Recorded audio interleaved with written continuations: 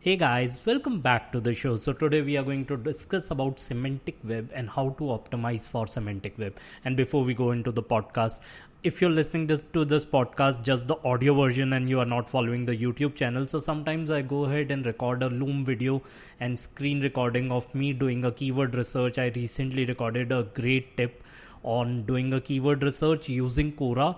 It's just a 5-7 minute video on how to do it.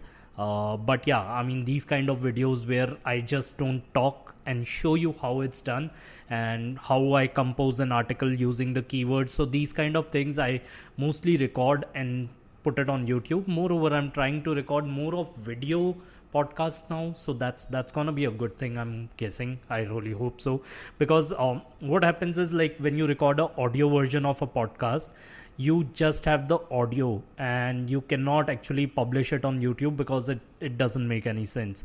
But I have realized that a lot of people in my industry are not even editing their videos anymore, like Passive Income Geek and other players in SEO industry. So they are not editing their video at all. They are just recording and then publishing it, saving a lot of time.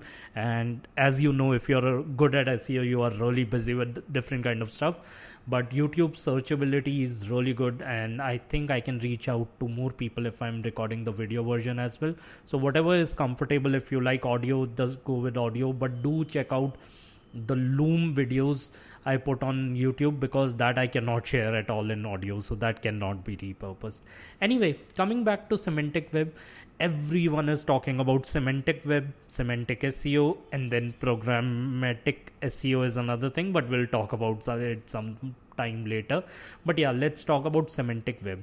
Now I'm gonna just give you guys a definition of Semantic Web to make things easier. So Semantic Web is the vision of converting data on the internet into something interpretable and understandable by machines.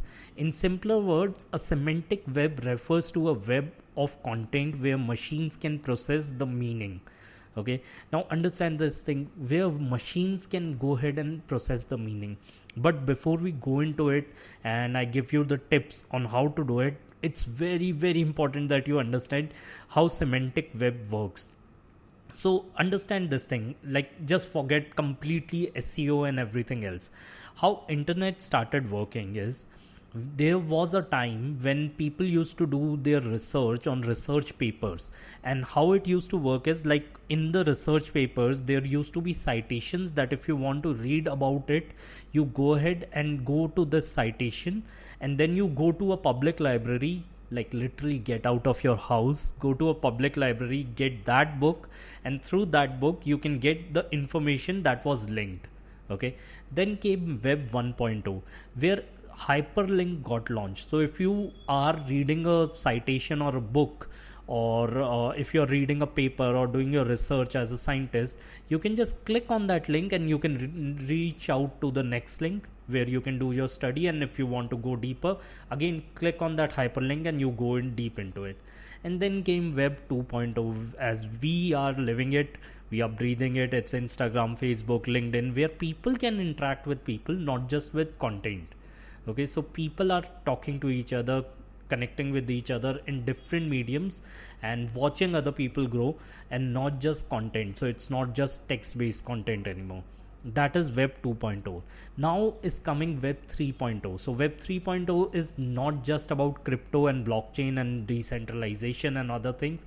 Web 3.0 in terms of SEO is about Semantic Web, where if there are things in your article, or if there are things that people can actually go ahead and read between your articles, not people but machines. So Web 3.0 is to connect the data and make it machine readable, not just documents or website on an upper level, but all the data on lower level.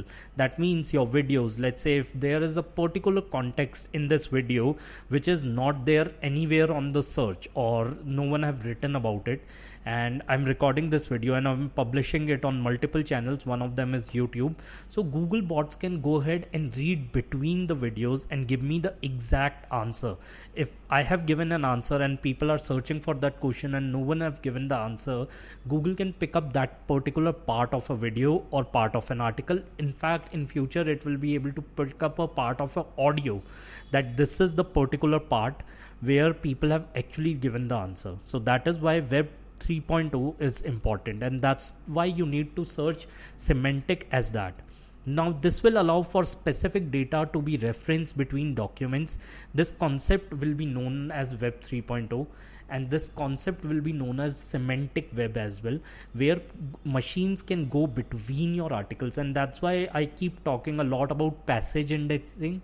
When you write an article about a certain keyword, sometimes when you have given different kind of subheadings between the article, then it can actually go ahead and create passage indexing, where people can read between your article. There is a subheading which is answering a good question, and there is a good chance that that particular subheading or that particular passage can also rank on Google, not just the full article.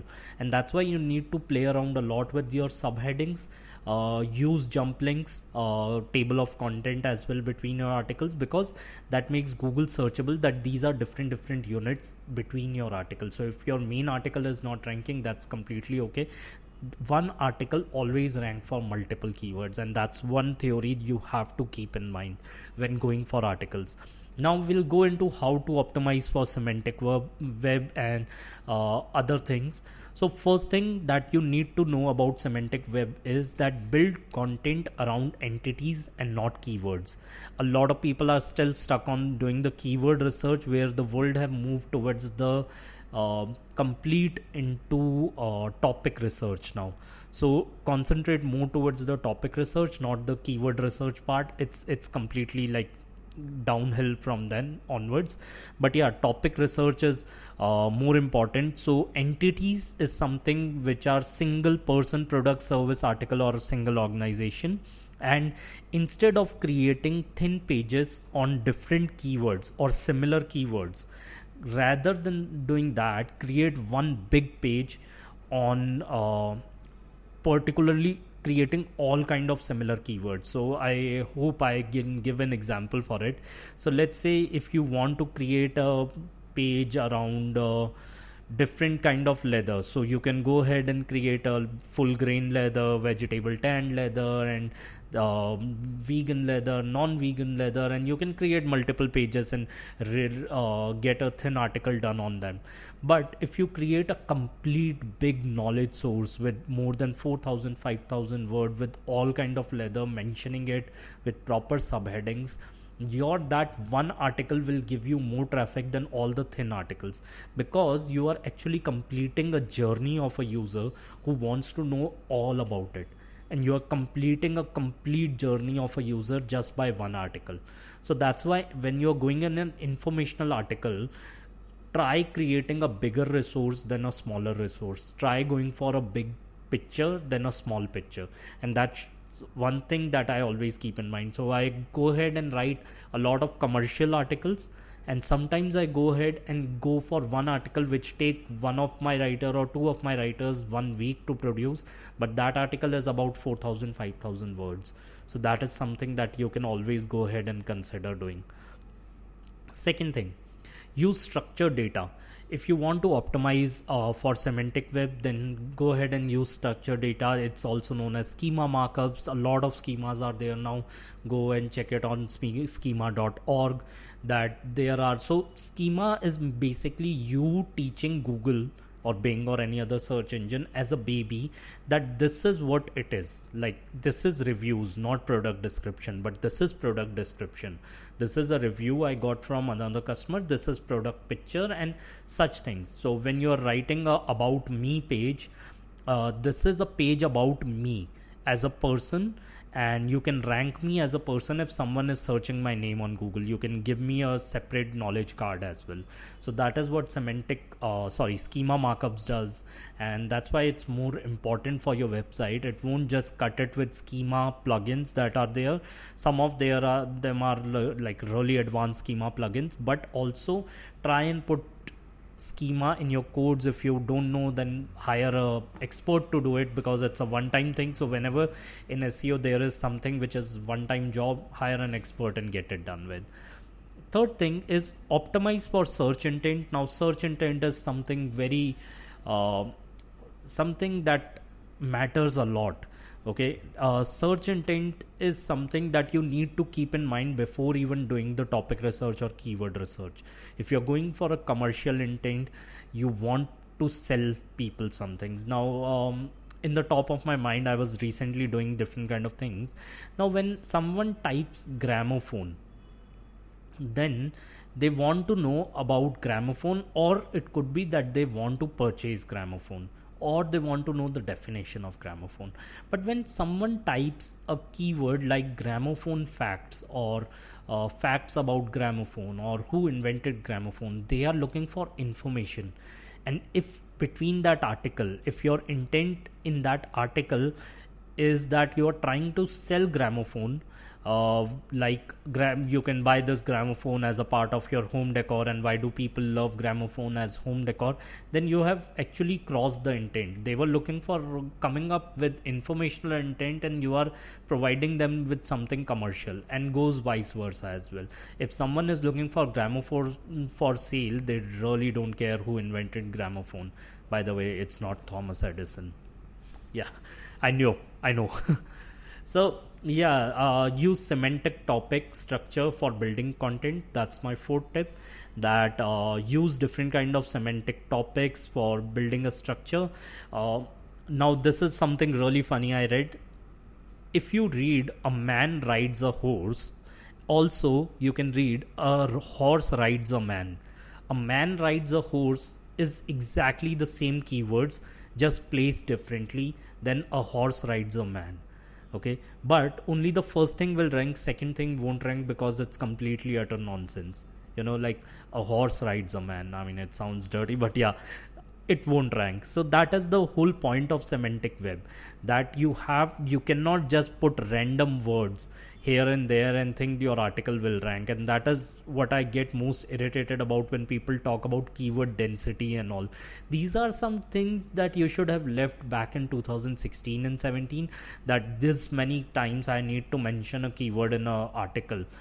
No, you have to make that article such a detailed article, talking about all other things, all the entities related to that keyword. Now I cannot go ahead and say LSI keywords, but yeah, all the related keywords that are mentioned in an article. And if you have written a in-depth article, you don't need to worry about your keyword density and other things, because it will automatically come in. So try and be a good blogger instead of a good SEO. Oh yes, that's gonna be a quote of the year. Try being a good blogger than good SEO. Yeah. Okay, so coming to the last point, keywords are still relevant, especially semantic related keyword. As I described earlier, you need to make a topic cluster strategy where you can go ahead and put 10 different keywords in one article, and then that these are all the related keywords. And that's why one topic will have this many multiple keywords. That means multiple paragraphs. That means multiple number of entities are being talked about. So if you're talking about one particular thing, there are multiple things that you have mentioned in an article, and that's how you create a great article. Yeah.